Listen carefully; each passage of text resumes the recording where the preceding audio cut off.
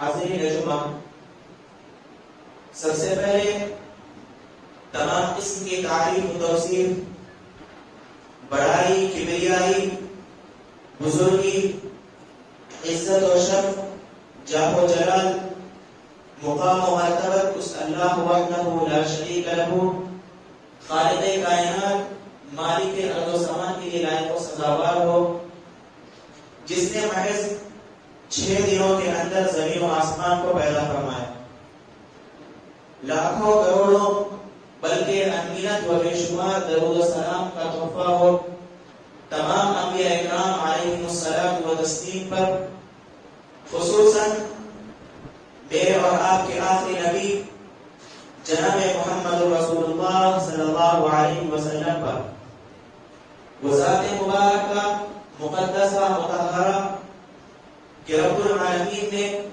جنہیں رحمت للعالمین بنا کر ہم انسانوں کی رشد و ہدایت کے لیے اس دنیا میں مبعوث فرمایا صلی اللہ علیہ وآلہ وسلم۔ حاضرین جمعہ، آج کا موضوع سخن ہے توحید باری تعالی۔ حاضرین، آپ سبھی اس بات سے بخوبی واقف ہیں کہ توحید دین اسلام کی اصل ہے۔ توحید اگر انسان کے پاس ہو تو انسان دنیا اور آخرت میں فلاح و کامیابی سے ہمکنار ہوتا ہے، وہیں پر جس شخص کے پاس توحید نہ ہو وہ دنیا اور آخرت میں ذلیل و رسوا ہو جاتا ہے۔ چنانچہ توحید یہ دین اسلام کی بنیاد ہے۔ توحید سب سے پہلا فرض ہے جس کا اقرار کرنا اور اسے دل و جان سے تسلیم کرنا ہر مسلمان پر فرض ہے۔ توحید وہ چیز ہے جس کے بغیر کوئی انسان دائرہ اسلام میں داخل نہیں ہو سکتا، اور توحید ہی وہ چیز ہے جس کے لیے اللہ رب العالمین نے اپنے تمام برگزیدہ بندوں کو، انبیاء اور رسولوں کو اس دنیا میں بھیجا تاکہ وہ لوگوں کو توحید کی طرف بلائیں، اور توحید ہی وہ چیز ہے جس سے ایک مسلمان اور کافر کے درمیان تمیز ہوتی ہے۔ توحید ہی وہ چیز ہے جس کے لیے مسلمانوں نے اہل کفر سے جنگیں کی، اپنی جانوں کا نذرانہ اللہ رب العالمین کی راہ میں پیش کیا اور جامع شہادت کو نوش فرمایا۔ توحید ہی وہ اساسی فریضہ دین ہے جو ایک مسلمان اور کافر کے درمیان فرق کرتا ہے، اور توحید ہی وہ چیز ہے کہ اگر اسے کما حقہ قبول کر لیا جائے، اسے دل و جان سے تسلیم کر لیا جائے تو اللہ رب العالمین اس کے بدلے میں انسان کو جنت میں داخل کرتا ہے، اور اسی کے بالمقابل اگر کوئی شخص توحید کا انکار کرے تو ایسے شخص کو اللہ رب العالمین جہنم میں داخل کرتا ہے۔ چنانچہ تمام انبیاء اور رسولوں نے گرچہ شریعت کے احکامات الگ الگ ہی کیوں نہ ہو، الگ الگ تھے بھی، لیکن تمام انبیاء اکرام دعوت کے اندر سب برابر تھے، سب متفق تھے۔ تمام انبیاء اکرام نے لوگوں کو کلمہ لا الہ الا اللہ کی طرف دعوت دی، اور اس کلمہ لا الہ الا اللہ کے 2 جز ہیں۔ پہلا جز لا الہ، اس کا مطلب ہے نہیں ہے کوئی حقیقی معبود، اور اس کا دوسرا جز ہے الا اللہ، اس کا مطلب ہے اللہ رب العالمین کی حقیقی معبود ہے۔ پورے کلمہ کا ترجمہ اس طرح کیا جاتا ہے کہ نہیں ہے کوئی معبود برحق سوائے اللہ کے۔ تو اس کلمے کا مفہوم ہوا کہ ہم نے اللہ رب العالمین کے علاوہ جتنے بھی معبودان باطلہ ہیں ہم نے ان کا انکار کر دیا، اور ہم عبادت کی تمام اقسام کو اللہ رب العالمین کے لیے ہی خالص کرتے ہیں۔ اور یہ معنی و مفہوم اللہ رب العالمین کے کرم سے لیا گیا ہے۔ اللہ رب العالمین نے فرمایا وَإِلَٰهُكُمْ إِلَٰهٌ وَاحِدٌ لَا إِلَٰهَ إِلَّا هُوَ الرَّحْمَٰنُ الرَّحِيمُ، کہ تمہارا معبود صرف ایک معبود ہے، وَإِلَٰهُكُمْ إِلَٰهٌ وَاحِدٌ لَا إِلَٰهَ إِلَّا هُوَ الرَّحْمَٰنُ الرَّحِيمُ، اس معبود کے علاوہ تمہارا کوئی معبود نہیں ہے جو رحمان اور رحیم ہے۔ تو آپ اس آیت میں دیکھیے اللہ رب العالمین نے پہلے جملے میں اپنی وحدانیت کا یعنی اپنے رب ہونے کا اثبات کیا ہے، وَإِلَٰهُكُمْ إِلَٰهٌ وَاحِدٌ، اور دوسرے جملے میں اللہ رب العالمین نے اپنے علاوہ لوگ جن کی بھی عبادت کرتے ہیں ان کا انکار کیا، فرمایا لا الہ الا هو الرحمن الرحیم، اس اللہ رب العالمین کے علاوہ کوئی معبود برحق نہیں۔ اسی طرح سے اللہ رب العالمین نے جتنے بھی معبودان باطلہ ہیں ان کی عبادت کرنے سے بندوں کو روکا ہے، چنانچہ اللہ رب العالمین نے فرمایا ذَلِكَ بِأَنَّ اللَّهَ هُوَ الْحَقُّ وَأَنَّ مَا يَدْعُونَ مِن دُونِهِ هُوَ الْبَاطِلُ وَأَنَّ اللَّهَ هُوَ الْعَلِيُّ الْكَبِيرُ، یہ اس لیے کہ اللہ رب العالمین ہی برحق ہے، وَأَنَّ مَا يَدْعُونَ مِن دُونِهِ هُوَ الْبَاطِلُ، اور اللہ رب العالمین کے علاوہ وہ جتنے بھی معبودان کو پکارتے ہیں وہ سب کے سب جھوٹے اور باطل ہیں، وَأَنَّ اللَّهَ هُوَ الْعَلِيُّ الْكَبِيرُ، اور اللہ رب العالمین ہی بلند و بالا اور سب سے بڑا ہے۔ حاضرین، کلمہ توحید کا یہی مفہوم جب نبی صلی اللہ علیہ وسلم نے کفار مکہ کے سامنے پیش کیا تو وہ اس مفہوم سے تعجب میں پڑ گئے اور انہیں یہ مفہوم سمجھ میں نہیں آیا، چنانچہ اللہ رب العالمین نے اس بات کی طرف اشارہ کرتے ہوئے فرمایا اجعل الآلہۃ الہا واحدا ان ھذا لشیء عجاب، کہ ہم اپنے تمام اجعل الآلہۃ الہا واحدا، کہ اس نے تمام معبودوں کو ایک ہی معبود میں جمع کر دیا، ان ھذا لشیء عجاب، یقیناً یہ چیز تعجب والی ہے، یعنی کفار مکہ کے اندر 360 بتوں کی عبادت کرتے تھے اور نبی صلی اللہ علیہ وسلم نے انہیں ایک اللہ کی عبادت کرنے کی طرف دعوت دی، تو انہیں یہ چیز بہت زیادہ عجیب لگی اور انہوں نے کہا کہ کیا یہ محمد 360 بتوں کو چھوڑ کر کے ایک اللہ رب العالمین کی عبادت کی طرف دعوت دیتا ہے؟ یہ کیسے ممکن ہو سکتا ہے؟ اسی طرح سے خود اللہ رب العالمین نے ان کے ایک قول کو بیان کرتے ہوئے فرمایا اِنَّا لَتَارِكُ آلِهَتِنَا لِشَاعِرٍ مَجْنُونٍ، بلکہ کفار مکہ نے تو یہاں تک بھی کہا کہ ہم اپنے معبودان کو اس لیے چھوڑ دیں کہ ایک دیوانہ شاعر ہمیں یہ کہتا ہے کہ ہم انہیں چھوڑ دیں۔ اِنَّا لَتَارِكُ آلِهَتِنَا لِشَاعِرٍ مَجْنُونٍ، کفار مکہ نبی صلی اللہ علیہ وسلم کو شاعر کہتے تھے، اسی لیے انہوں نے کہا کہ ہم اپنے معبودان کو ایک شاعر کی بات پر چھوڑ دیں، ایسا تو نہیں ہو سکتا۔ تو معلوم ہوا کہ کلمہ توحید کا اقرار کر لینا ہی صرف کافی نہیں، بلکہ جتنے بھی معبودان باطلہ ہیں ان تمام کا انکار کرنا لازم ہے۔ چنانچہ ابراہیم علیہ السلام کو اللہ رب العالمین نے بہترین اسوہ بتاتے ہوئے بھی اسی چیز کی وضاحت فرمائی۔ اللہ رب العالمین نے فرمایا قد كانت لكم اسوة حسنة في ابراہیم والذین معه، کہ بے شک تمہارے لیے ابراہیم علیہ السلام اور ان کے ساتھیوں میں بہترین نمونہ ہے۔ کیوں؟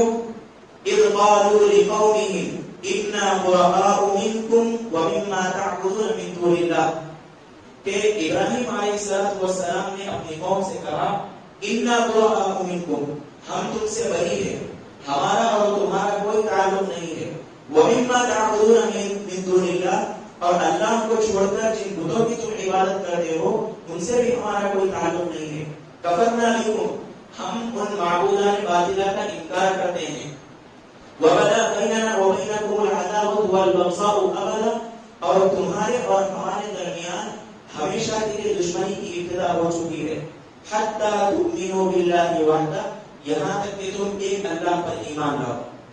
غور کیجئے، اللہ رب العالمین نے ابراہیم علیہ السلام کی زندگی میں بہترین اسوہ اور نمونہ ہے اس بات کو بیان فرمایا۔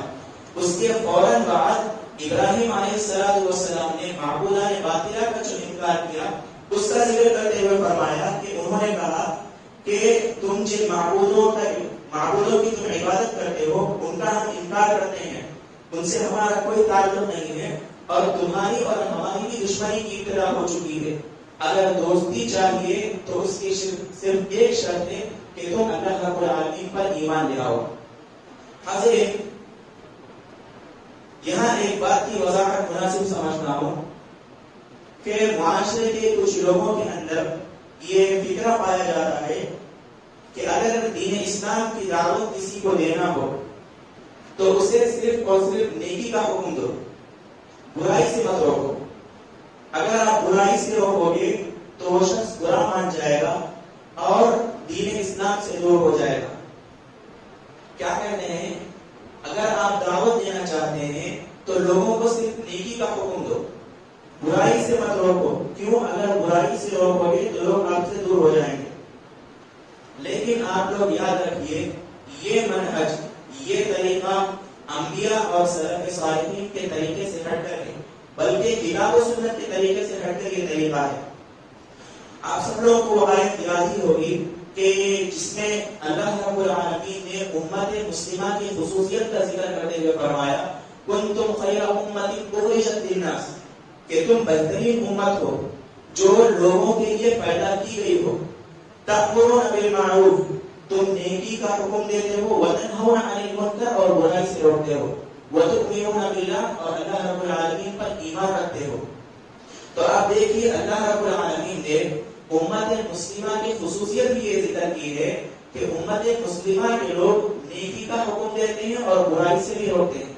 لہذا جو شخص دعوت کرنا چاہتا ہے تو اس کے لیے ضروری ہے کہ جہاں وہ شخص لوگوں کو عقیدہ توحید کی دعوت دے، امر بالمعروف کا حکم دے، وہیں شرک سے اور نہی عن المنکر سے بھی انہیں آگاہ کرے. اور نبی صلی اللہ علیہ وسلم نے بھی نہی عن المنکر کے تعلق سے فرمایا من رأى منکم منکرا فلیغیرہ بیدہ، کہ تم میں سے جو شخص برائی کو دیکھے تو اسے چاہیے کہ وہ اپنے ہاتھ سے اسے روکے. فإن لم يستطع فبلسانہ، اگر کوئی شخص اپنے ہاتھ سے روکنے کی استطاعت نہیں رکھتا تو اسے چاہیے کہ وہ اپنی زبان سے روکے.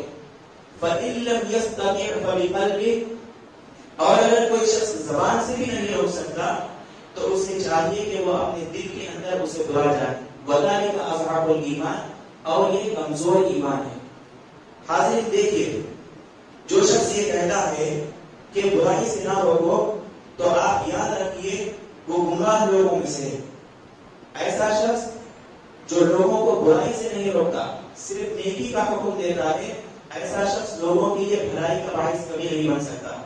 مثال کے طور پر اگر ایک شخص ہے وہ بہت زیادہ نمازوں کی پابندی کرتا ہے، رمضان کے روزے رکھتا ہے، نفل روزے رکھتا ہے، زکات ادا کرتا ہے، نفلی صدقات بھی دیتا ہے، اور اس نے زندگی میں بہت سارے خرچ بھی کیے ہیں، لیکن اس کے ساتھ ساتھ اس کی زندگی کے اندر اللہ رب العالمین کے ساتھ شرک موجود ہے. اس کے ساتھ ساتھ اس کی زندگی میں اللہ رب العالمین کے ساتھ شرک موجود ہے، اور وہ اسی حالت میں وفات پا جائے تو کیا ایسے شخص کی اللہ رب العالمین مغفرت کرے گا؟ ہرگز نہیں. اس کے تمام اعمال کو اللہ رب العالمین حقارت کر کے اسے جہنم میں داخل کرے گا. وہی ایک شخص ہے جو توحید پرست ہے، اللہ رب العالمین کے ساتھ وہ شرک نہیں کرتا اور نماز وغیرہ بھی پڑھتا ہے، لیکن اس کے اندر کچھ کوتاہیاں ہیں. اگر اللہ رب العالمین چاہے تو اسے معاف کر سکتا ہے. اگر اللہ رب العالمین نے اسے جہنم میں داخل کر بھی دیا تو بالآخر وہ اپنی توحید کی وجہ سے اور اللہ رب العالمین کی رحمت کی وجہ سے جنت میں داخل ہو سکتا ہے. تو آپ لوگ یاد رکھیے کہ جہاں امر بالمعروف کا حکم دینا واجب ہے، وہیں نہی عن المنکر کا فریضہ انجام دینا بھی واجب ہے. حاضرین، تمام انبیاء کرام علیہ السلام نے اپنی قوم کو توحید کی طرف دعوت دی ہے. اللہ رب العالمین نے مختلف انبیاء کا تذکرہ کرتے ہوئے فرمایا کہ انہوں نے اپنی قوم کو توحید کی دعوت دی. چنانچہ نوح علیہ السلام کے تعلق سے اللہ رب العالمین نے فرمایا لقد ارسلنا نوحا الى قومه فقال يا قوم اعبدوا الله ما لكم من اله غيره، کہ ہم نے نوح کو اس کی قوم کی طرف رسول بنا کر کے بھیجا تو انہوں نے کیا کہا؟ یا قوم اعبدوا الله ما لكم من اله غيره، اے میری قوم کے لوگوں، تم اللہ رب العالمین کی عبادت کرو، اس کے علاوہ تمہارا کوئی معبود نہیں. اور حضرت ہود علیہ السلام نے بھی اپنی قوم کو مخاطب کرتے ہوئے فرمایا یا قوم اعبدوا اللہ ما لکم من الہ غیرہ، اے اے قوم کے لوگوں تم اللہ رب العالمین کی عبادت کرو جس کے علاوہ کوئی معبود برحق نہیں. اسی طرح حضرت صالح علیہ السلام اور حضرت شعیب علیہ السلام نے بھی انہی الفاظ میں اپنی قوم کو مخاطب کرتے ہوئے فرمایا یا قوم اعبدوا اللہ ما لکم من الہ غیرہ. اور حضرت یوسف علیہ السلام نے بھی جب انہیں جیل میں ڈال دیا گیا تو انہوں نے وہاں پر بھی اللہ رب العالمین کی توحید کو پھیلانے کے فرائض انجام دیے اور اپنے جیل کے جو ساتھی تھے ان کے درمیان بھی توحید کی دعوت کو عام کیا. فرمایا یا صاحب السجن اے میرے جیل کے ساتھی اارباب متفرقون خیر ام اللہ الواحد القہار کہ کیا مختلف معبودان جن کی لوگ عبادت کرتے ہیں وہ بہتر ہے یا وہ اکیلا اللہ جو سب پر غالب آنے والا ہے وہ بہتر ہے. ما تعبدون من دونه الا اسماء سميتموها انتم وآباؤكم جن کی تم اللہ کو چھوڑ کر کے عبادت کرتے ہو وہ تو صرف چند نام ہیں جنہیں تم نے اور تمہارے آباء و اجداد نے دے دیے ہیں. ما نزل اللہ بها من سلطان اور اللہ رب العالمین نے ان کی عبادت کرنے کے لیے کوئی دلیل بھی نازل نہیں کی. یہ حکم الا للہ حکم تو صرف اللہ رب العالمین کا ہی چلے گا. امر اللہ تعبدوا الا اياه اللہ نے اس بات کا حکم دیا ہے کہ اسی کی عبادت کی جائے. ذالک الدین القیم اور یہی مضبوط دین ہے ولکن اکثر الناس لا يعلمون لیکن اکثر لوگ نہیں جانتے. حاضرین چند انبیاء کرام کی مثالیں تو اللہ رب العالمین نے قرآن کے اندر دی لیکن جتنے بھی رسول آئے ہیں سب رسولوں نے اپنی قوم کے لوگوں کو اللہ رب العالمین کے دین کی طرف ہی دعوت دی. چنانچہ اس بات کی وضاحت کرتے ہوئے اللہ رب العالمین نے فرمایا وما ارسلنا من قبلك من رسول الا نوحي اليه انه لا اله الا انا فاعبدون کہ اے نبی ہم نے آپ سے پہلے جتنے بھی رسول بھیجے ہیں ہم نے ان کی طرف یہی وحی کی ہے کہ میں ہی تمہارا معبود ہوں میرے علاوہ تم کسی کی عبادت نہ کرو. اور ایک جگہ پر اسی بات کی وضاحت کرتے ہوئے اللہ رب العالمین نے فرمایا وَلَقَدْ بَعَثْنَا فِي كُلِّ أُمَّةٍ رَسُولًا أَنِ اعْبُدُوا اللَّهَ وَاجْتَنِبُوا الطَّاغُوتَ کہ ہم نے ہر قوم کے اندر ہر امت کے اندر ایک رسول کو بھیجا اس مقصد کے لیے کہ وہ لوگوں کو اللہ رب العالمین کی طرف دعوت دے اور شیطان کی عبادت سے روکے. تو دیکھیے تمام انبیاء کرام نے اپنی اپنی قوم کو اللہ رب العالمین کی توحید کی طرف دعوت دی اور اللہ رب العالمین سے شرک نہ کرنے کا حکم دیا. اسی طرح سے توحید کی اتنی اہمیت ہے کہ اللہ رب العالمین نے خود توحید کی گواہی دی. فرمایا شہید اللہ انہ لا الہ الا هو والملائکۃ واولو العلم قائما بالقسط لا الہ الا هو العزیز الحکیم کہ اللہ رب العالمین اس بات کی گواہی دیتا ہے کہ اس کے سوا کوئی معبود برحق نہیں اور فرشتے اور اہل علم بھی اس بات کی گواہی دیتے ہیں کہ اللہ رب العالمین عدل پر قائم ہے. لا الہ الا هو العزیز الحکیم اس اللہ کے سوا کوئی معبود برحق نہیں. حاضرین دعوت دین کے اندر بھی توحید کو اولیت حاصل ہے. جیسا کہ میں نے پہلے کہا کہ دعوت دین میں جہاں انکار منکر ضروری ہے وہیں پر توحید کو بھی اولیت حاصل ہے. یعنی انسان جب اپنی دعوت کا آغاز کرے تو سب سے پہلے لوگوں کو توحید کی دعوت دے. چنانچہ جب نبی صلی اللہ علیہ وسلم نے معاذ بن جبل رضی اللہ عنہ کو سرزمین یمن کی طرف بھیجا تو انہیں کچھ رہنمائیاں فرمائی. کہا نبی صلی اللہ علیہ وسلم نے یا معاذ اے معاذ بن جبل انک تأتی قوما من اہل الکتاب کہ تم جس قوم کے پاس جا رہے ہو وہ بھی اہل کتاب ہے یعنی ہم سے پہلے اس قوم کو بھی کتاب دی گئی ہے. فَلْيَكُنْ أَوَّلَ مَا تَدْعُوهُمْ إِلَيْهِ شَهَادَةُ أَنْ لَا إِلَهَ إِلَّا اللَّهُ وَأَنِّي رَسُولُ اللَّهِ تو سب سے پہلے جس چیز کی طرف تم انہیں دعوت دو گے وَأَشْهَدُ أَنْ لَا إِلَهَ إِلَّا اللَّهُ وَحْدَهُ لَا شَرِيكَ لَهُ وَأَشْهَدُ أَنَّ مُحَمَّدًا عَبْدُهُ وَرَسُولُهُ کی دعوت ہو. فَإِنْهُمْ أَطَاعُوكَ لِذَلِكَ اگر وہ لوگ تمہاری اس بات کو مان لیں تمہاری اطاعت کریں فَعَلِمْهُمْ أَنَّ اللَّهَ تَعَالَى عَلَيْهِمْ خَمْسَ صَلَوَاتٍ فِي كُلِّ يَوْمٍ وَلَيْلَةٍ اس کے بعد تم انہیں یہ بات بتاؤ یہ سکھاؤ کہ اللہ رب العالمین نے دن میں 5 نمازیں ان پر فرض کی ہیں. فَإِنْهُمْ أَطَاعُوكَ لِذَلِكَ اگر وہ یہ بات بھی مان لیں تو انہیں کہو أَنَّ اللَّهَ افْتَرَضَ عَلَيْهِمْ صَدَقَةً تُؤْخَذُ مِنْ أَغْنِيَائِهِمْ فَتُرَدُّ إِلَى فُقَرَائِهِمْ کہ اللہ رب العالمین نے ان پر صدقے کو فرض کیا ہے زکات کو فرض کیا ہے جو ان کے مالداروں سے لیا جائے گا اور ان کے غریبوں میں بانٹا جائے گا. فإنهم أطاعوك لذلك فإياك ومغانم أموالهم. اگر وہ لوگ تمہاری اس بات میں بھی اطاعت کر رہے تو لوگوں کے اچھے مالوں کو لینے سے بچنا. یعنی جب تم زکات دینے جانا تو لوگوں کا جو بہتر مال ہے اس کو نہ لینا, یعنی جو لوگوں کا متوسط مال ہے اس کو لینا. واتقی دعوت المظلوم فإنه ليس بينها وبين الله حجاب. آخر میں نبی صلی اللہ علیہ وسلم نے کہا کہ تم مظلوم کی بددعا سے بچنا, اس لیے کہ مظلوم کی بددعا اور اللہ کے درمیان کوئی چیز حائل نہیں ہوتی. دیکھیے نبی صلی اللہ علیہ وسلم نے بہت ساری رہنمائیاں معاذ بن جبل رضی اللہ عنہ کو دی, نماز کی, زکات کی اور مظلوم کی بددعا سے بچنے کا بھی نبی صلی اللہ علیہ وسلم نے حکم دیا. لیکن سب سے پہلے نبی صلی اللہ علیہ وسلم نے توحید کو مقدم کیا. سب سے پہلے کہا کہ تم انہیں جو دعوت دو گے وہ اللہ رب العالمین کے دین کی طرف اور توحید الہ العالمین کی طرف تم انہیں دعوت دو گے. اسی طرح سے اسلام کی بنیاد 5 چیزوں پر رکھی گئی ہے. نبی صلی اللہ علیہ وسلم نے اس کی وضاحت کرتے ہوئے فرمایا بنی الاسلام علی 5. اسلام کی بنیادیں 5 چیزوں پر رکھی گئی ہے. شہادت اللہ الہ الا اللہ, اللہ رب العالمین کی گواہی دینا اور نبی صلی اللہ علیہ وسلم کو رسول ماننا.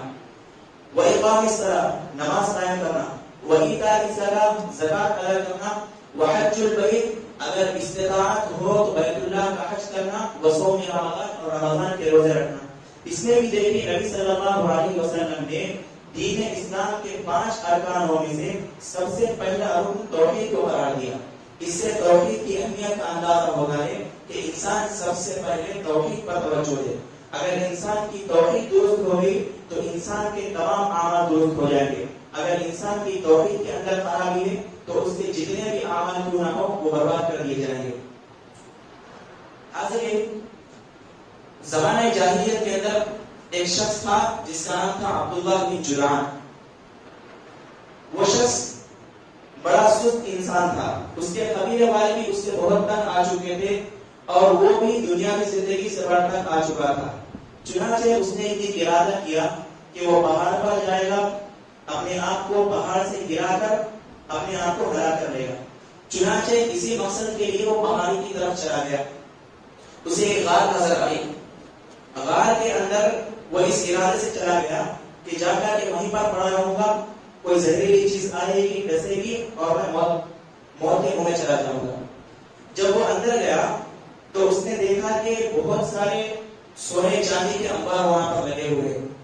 چنانچہ اس نے ضرورت کے مطابق سونا لیا, اس غار پر نشان لگایا اور اپنے قبیلے کی طرف واپس آ گیا. اور اپنے قبیلے میں اس قدر سخاوت کیا, اس قدر مال بانٹا کہ تمام لوگوں کے نزدیک وہ محبوب بن گیا. اور اس نے مکہ کے اندر ایک دیگ لگوایا تھا اور اس کے اندر وہ کھانا بناتا اور ہر روز مکہ میں آ کر کے اعلان کرتا کہ اے لوگوں, یہ میرا دیگ ہے, یہاں سے آ کر کے کھانا کھاؤ. چنانچہ عائشہ صدیقہ رضی اللہ تعالی عنہا نے نبی صلی اللہ علیہ وسلم سے پوچھا کہ عبداللہ بن جدعان زمانے جاہلیت کے اندر لوگوں کو کھانا کھلایا کرتا تھا, لوگوں میں سخاوت کیا کرتا تھا, تو کیا اس کی یہ نیکی اسے کچھ فائدہ پہنچائے گی؟ تو آپ صلی اللہ علیہ وسلم نے فرمایا نہیں, اس کی یہ نیکی کبھی اسے فائدہ نہیں پہنچائے گی, اس لیے کہ اس نے کبھی اللہ رب العالمین کی توحید کا اقرار نہیں کیا. تو آپ دیکھیے کہ اگر کوئی شخص کتنا ہی بڑا عمل کیوں نہ کر لے, کتنا ہی مال و دولت لوگوں کے پاس لٹا دے, کتنے ہی ضرورت مندوں کی مدد کر دے, کتنا ہی زکات اور صدقات ادا کر دے, لیکن اگر اس کی توحید کے اندر خلل ہوگا تو اللہ رب العالمین اس کے اعمال کو برباد کر دے گا. لیکن اگر کسی شخص کی توحید اچھی ہوگی اور اس کی توحید کے اندر شرک نہیں ہوگا تو اللہ رب العالمین ایسے شخص کو اپنے فضل اور رحمت سے جنت میں داخل کرے گا. چنانچہ عبداللہ بن عمرو رضی اللہ عنہ کی روایت ہے, وہ کہتے ہیں کہ نبی صلی اللہ علیہ وسلم نے فرمایا کہ قیامت کے دن میری امت میں سے ایک شخص کو بلایا جائے گا اور اس کے سامنے 99 رجسٹر کھولے جائیں گے. اس کے نامہ اعمال کے 99 رجسٹر اس کے سامنے کھولے جائیں گے اور وہ رجسٹر تحت نگاہ پھیلے ہوئے ہوں گے اور سب کے سب گناہوں سے بھرے ہوئے ہوں گے. اللہ رب العالمین اس سے پوچھے گا کہ اے میرے بندے, کیا تو ان نامہ اعمال کے اندر جو چیزیں درج ہے, جو تو نے کیا ہے اس کا تو اقرار کرتا ہے؟ وہ شخص کہے گا ہاں اے اللہ, میں ان تمام گناہوں کا اقرار کرتا ہوں. اللہ رب العالمین اس سے پوچھے گا کہ یاد کر کہ تیرے پاس کوئی نیکی ہے یا نہیں. تو شخص کہے گا نہیں ہے اللہ میرے پاس کوئی نیکی نہیں. تو اللہ رب العالمین اس سے کہے گا اے میرے بندے تجھ پر ظلم نہیں کیا جائے گا. چنانچہ ان نامہ اعمال میں سے ایک چھوٹا سا ورقہ نکالا جائے گا جس میں اشہد ان لا الہ الا اللہ و اشہد ان محمد عبدہ و رسولہ لکھا ہوا ہوگا. اللہ رب العالمین کہے گا کہ یہ تیری ایک نیکی ہے ہمارے پاس. وہ شخص تعجب سے کہے گا اے اللہ میرے 99 نامہ اعمال گناہوں سے بھرے ہوئے ہیں, ان کے مقابلے میں یہ ایک چھوٹے سے ورقے کی کیا حیثیت ہے. اللہ رب العالمین پھر کہے گا اے میرے بندے تجھ پر ظلم نہیں کیا جائے گا. چنانچہ اس کے تمام نامہ اعمال کو ترازو کے ایک پلڑے میں رکھا جائے گا اور اس چٹھی کو جس میں کلمہ توحید لکھا ہوا تھا ایک پلڑے میں رکھا جائے گا. تو وہ کلمہ توحید والا پلڑا بھاری ہو جائے گا.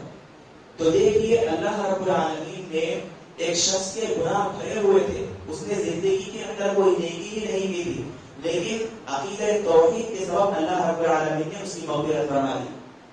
حاضرین یہاں ایک وضاحت مناسب سمجھنا ہو, ان تمام آیات احادیث کا یہ ہرگز مطلب نہیں ہے کہ کوئی شخص توحید کا ماننے والا ہو تو وہ جو دل میں آئے وہ کرے.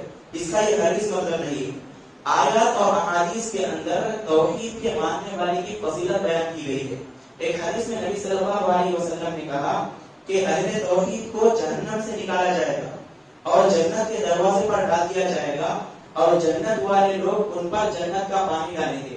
چنانچہ ان کا بدن پہلے کی طرح ہونے لگے گا اور وہ لوگ جنت میں داخل ہو جائیں گے. تو کہنے کا مطلب یہ ہے کہ انسان کے پاس سب سے پہلے توحید اچھی ہونی چاہیے. انسان کو اپنے توحید پر کام کرنا چاہیے. اس کے بعد جتنے بھی اعمال ہیں, نماز, روزہ, حج, زکات, فرائض جتنے بھی ہیں اس کی پابندی کرنی چاہیے.